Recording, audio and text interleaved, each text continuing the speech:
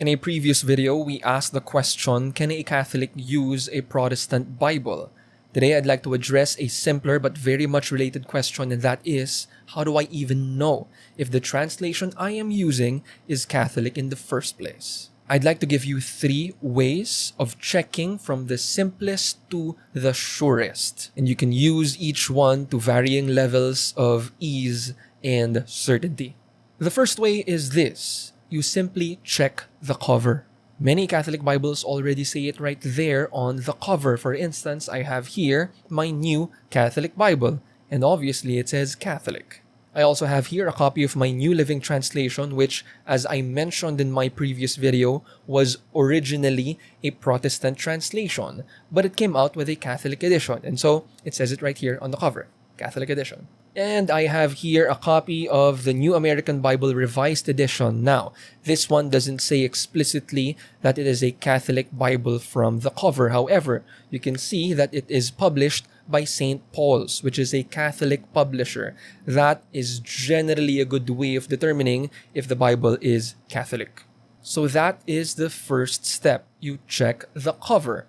The second step is you check the table of contents. Again, as I mentioned last time, Catholic Bibles have 7 more books compared to Protestant Bibles. And so, if you want to know if your Bible is Catholic, you can look for those 7 books. For instance, here in my New American Bible Revised Edition, you will find the book of Tobit, Judith, and Maccabees, which are among the books that you will not find in Protestant translations. If the Bible is still sealed and it happens to have one of these, then you can simply check for those books.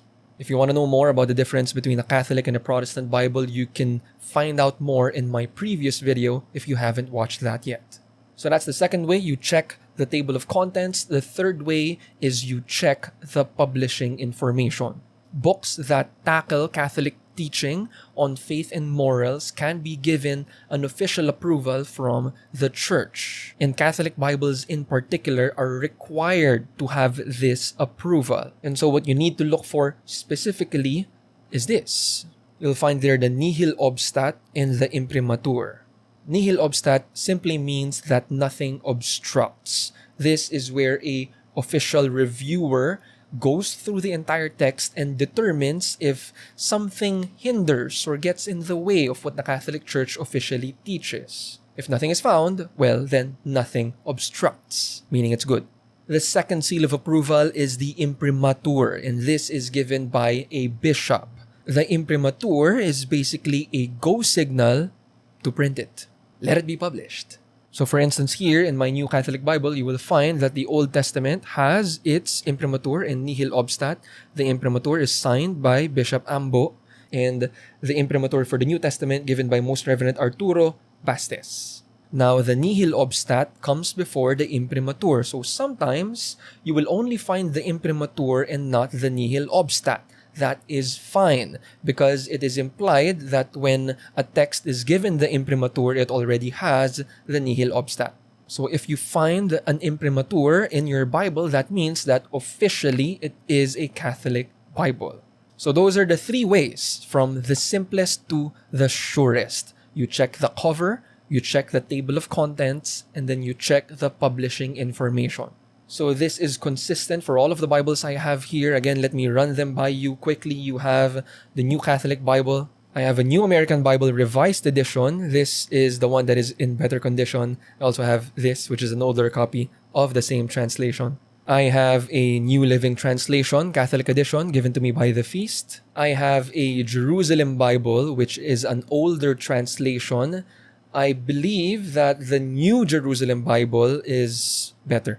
So if you're thinking about getting this, you could consider that one too. I have here the New Testament of the Pinoy version released by Philippine Bible Society.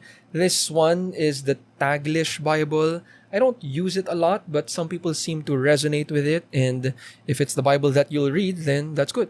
Oh, and this is the Catholic edition too, because it has a Protestant version. And I have here with me a Christian Community Bible published by Claretian Publications. You'll notice that some of my Bibles are not in the best condition already. It has some scratches and some wear and tear, and I believe that's fine if what that means is that you are reading your Bible. And so there you go. I hope this guide helps you in assessing the Bible that you already have at home, perhaps on your altar, or in buying a new Bible for the future. Why don't you let me know in the comments which are some of your favorite Bible translations and why? That is it for today, and I'll see you guys next time.